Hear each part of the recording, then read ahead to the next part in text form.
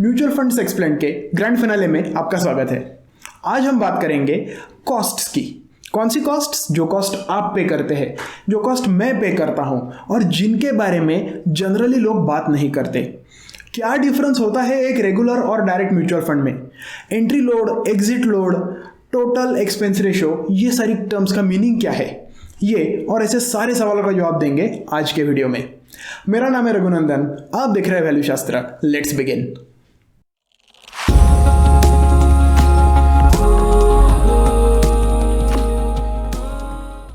Mutual funds में आप दो तरह के चार्जेस पे करते हैं, एक वन टाइम चार्जेस और दूसरे recurring charges. One time charges कौन से हैं? वन टाइम चार्जेस में आपका आ जाता है entry load, exit load and transaction costs. And recurring में आपका आता है TER, जो हमने पिछले वीडियो में भी जिसकी बात की थी, that is total expense ratio. चलिए अब इन डेप्थ समझते हैं ये चार्जेस क्या है और ये आपको कैसे अफेक्ट करते हैं। वन टाइम चार्जेस में सबसे पहला चार्ज है एंट्री लोड।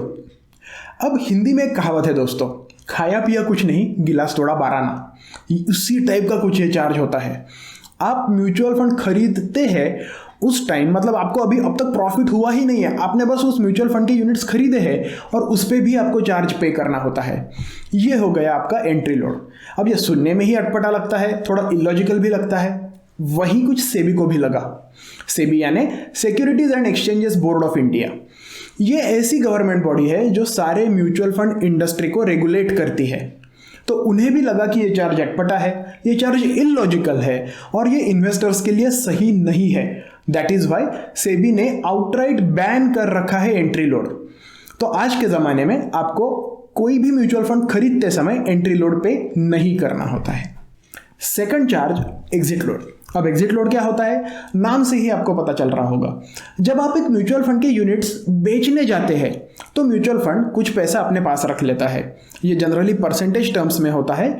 इसे ही कहा जाता है एग्जिट लोड। आपकी जो एग्जिट के टाइम पे NAV होगी, that is net asset value होगी, उसका एक परसेंटेज ही आपको एज एग्जिट लोड पे करना होता है। कंसिडर कीजिए कि आपकी NAV, आपके म्यूचुअल फंड यूनिट की NAV जो है वो 100 रुपया है और आपका एग्जिट लोड फंड में बोला है 1% हुआ।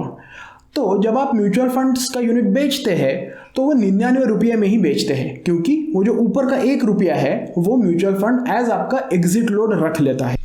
Third and final one time charge होता है ट्रांजैक्शन कॉस्ट्स। अब ये एक नॉमिनल चार्ज है, आप कह सकते हैं। ये कुछ इस तरह से होता है। आप अगर नए इन्वेस्टर है तो आपसे 150 रुपीज़ लिए जाएंगे। आप अगर एक रिकरिंग इन्वेस्टर है और फिर से एक मुश्त one time investment mutual fund में करना चाहते हैं तो आपसे 100 रुपया लिया जाएगा। और अगर आप एक SIP इन्वेस्टमेंट शुरू करना चाहते हैं तो भी आपसे 100 रुपया चार्ज किया जाता है। याद रखिए, ये सारे चार्जेस तभी अप्लीकेबल है जब आपकी इन्वेस्टमेंट वैल्यू 10,000 रुपये से ऊपर हो। 10,000 रुपये से कम की अगर वैल्यू है तो ये चार्जेस अप्लीकेबल नहीं होते हैं। अब अनलाइक वन टाइम चार्जेस जो सिर्फ एक ही बार चार्ज किए जाते थे, रिकरिंग चार्जेस जो होते हैं वो हर साल आपसे चार्ज किए जाते हैं। बहुत छोटे छोटे सारे रिकरिंग चार्जेस होते हैं और उन सबको बंडल करके ही एक सिंगल चार्ज निकाला जाता है, जिसे कहा जाता है टोटल एक्सपेंस रेशियो। ये टोटल एक्सपेंस रेशियो ही है जहां से कंपनी अपने सारे एम्प्लॉयज की सैलरीज निकालती है और अपने प्रॉफिट्स भी निकालती है। अब तक जो सारा पार्ट था वो एक बेस बिल्डिंग का पार्ट था, कंसेप्ट एक्सप्लेनेशन का पार्ट था। आई होप आपको वो सारी चीज़ें अब क्लियर है। अब देखते हैं उसे इम्प्लीमेंट कैसे किया जाए। तो यहाँ मैंने एक ज़ीरोधा की वेबसाइट खोली है। वैसे this video is not at all sponsored, but it is easy to explain जब हम एक कोई वेबसाइट पे देख सकते हैं। एक एग्जाम्पल लेते हैं एक्सिस ब्लू चिप फंड का। उस एक्सिस ब्लू चिप फंड का एक्सपेंस रेशियो है 0.50% और एग्जिट लोड है 1% का। तो अगर आपने 1 साल के लिए पैसा इन्वेस्ट किया है तो आप पे करेंगे 1.5%। अब 1.5% किसका? तो जो आपने इन्वेस्ट अमाउंट किया है प्लस उसके ऊपर जो प्रॉफिट हुआ है, इन दोनों चीज़ों का मिला के आपको 1.5% पे करना है। अब एक एग्जांपल ले लेते हैं। आपने कंसिडर कीजिए कि 90 रुपया इन्वेस्ट किया और 1 साल में उसका 100 हो गया। अब आपका जो 1.5% है ये उस टोटल 100 रुपये पे आपको पे करना होता है। नाउ जैसे ही हमारा इन्वेस्टमेंट का होराइजन थोड़ा बढ़ता है, कंसिडर कीजिए कि हमारा 2 साल का इन्वेस्टमेंट होराइजन हो गया, अब 2 साल में आपको कितना पे करना पड़ेगा? 1.5 प्लस 1.5 3, राइट? रॉन्ग। आपको 2 साल में पे करना होता है 2%। क्यों? क्योंकि आपका जो एग्जिट लोड है, ये जैसे मैंने कहा, ये वन टाइम कॉस्ट है। जब भी आप एग्जिट करेंगे, जब भी आप पैसा निकालेंगे, तभी आपको ये 1% पे करना है। वही आपका जो एक्सपेंस रेशो है, ये आपको सालाना यानी हर साल पे करना होता है। यही कंसेप्ट होता है आपका recurring and one time costs का। अनदर वेरी इंपॉर्टेंट थिंग, अब जैसे आप देख रहे हैं कि एक्सपेंस रेशो एक डायरेक्ट फंड का आ गया 0.50% और वही एक रेगुलर फंड का आ गया 1.83%। अब इतना डिफरेंस क्यों? क्योंकि आपका जो रेगुलर फंड है that is always sold through some intermediary और ब्रोकर, कोई बिचौलिए के थ्रू वो बेचा जाता है। और जब बिचौलिए के थ्रू बेचा जाएगा तो बिचौलियों को कमीशन देना पड़ेगा, ब्रोकरेज देना पड़ेगा। यही ब्रोकरेज आपका एक्सपेंस रेशो बढ़ा देता है।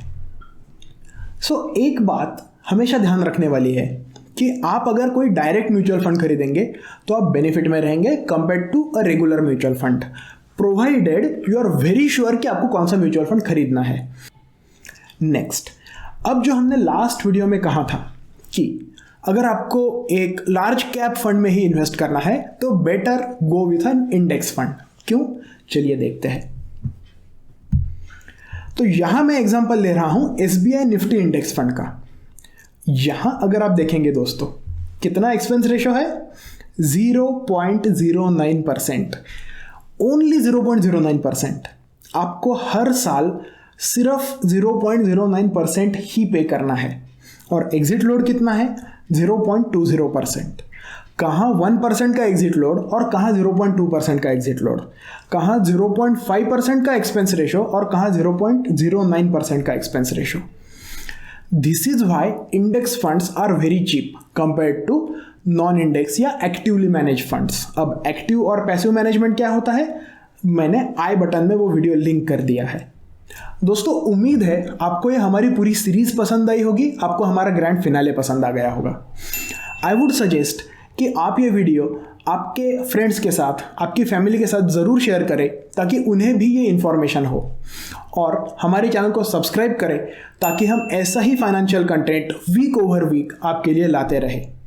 नेक्स्ट टाइम देखेंगे कोई और इंटरेस्टिंग टॉपिक, कोई और interesting facet of finance industry in India. Till that time, stay healthy, stay happy and keep investing. Bye bye.